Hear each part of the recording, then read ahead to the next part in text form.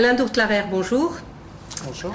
Je crois que pour les vignobles Sylviodens et les crus des vignobles Sylviodens, l'architecture contemporaine, ça n'est pas une histoire nouvelle. Est-ce que vous pouvez nous en dire plus?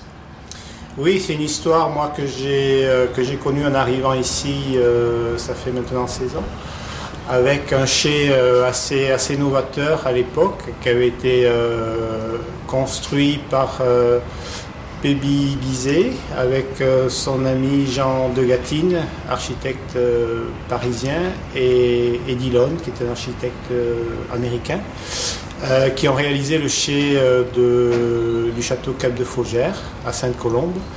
Un chai qui a très bien vieilli et qui se visite régulièrement,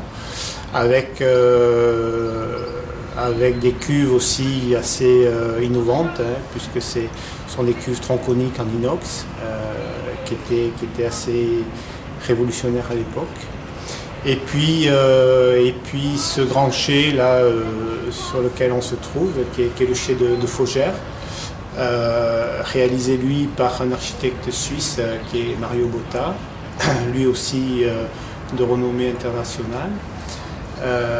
Et qui a réalisé que 3 chais dans sa carrière, mais qui a fait 950 constructions de par le monde. Et c'est un chai assez contemporain et assez moderne, assez novateur lui aussi, puisque c'est un des rares chais au monde à travailler par gravité sur trois niveaux techniques. Et puis c'est surtout l'utilisation de très beaux matériaux, de la pierre locale, des beaux bétons, de l'inox, des résines. Et je crois que vous avez eu le best-of du tourisme, à la fois pour les visites que vous recevez dans ce chai assez exceptionnel, et en même temps, il était noté pour son intégration dans le paysage. Oui, absolument. On a reçu le best-of l'an dernier, en 2012, pour l'architecture et les paysages. Donc c'est une belle récompense pour nous, suite à tout ce qu'on a investi au niveau œnotourisme avec ce bâtiment. Et on compte développer encore et encore cette activité. Et vous avez, je crois, un 3e projet, toujours avec Mario Botta. Et on a un 3e projet pour le chai du château Pébi Faugère, qui se situera à quelques centaines de mètres d'ici. Et comme Pébi Faugère a été classé comme Faugère l'an dernier, il se doit bien sûr d'avoir une structure et un chai lui aussi moderne et assez innovant. Donc c'est un projet qu'on mûrit petit à petit et qui j'espère va se réaliser assez vite. Et par contre, je crois que non seulement c'est toujours avec Mario Botta, mais toujours en respectant le matériau local.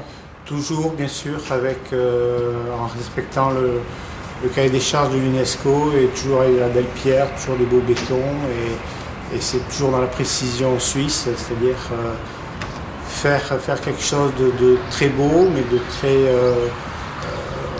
très simple aussi, hein, ce qui est dur au niveau construction, d'allier la beauté, la modernité, la qualité des matériaux bien sûr avant tout, et puis le côté simplicité. Est-ce que vous pensez que cette architecture contemporaine plaît à tout le monde? Non, ça c'est une évidence, mais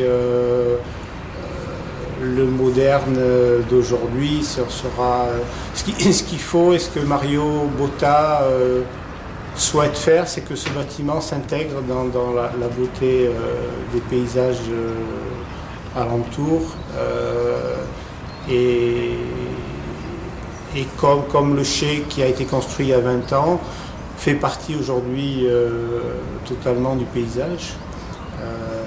Donc ça c'est la force des architectes comme Mario.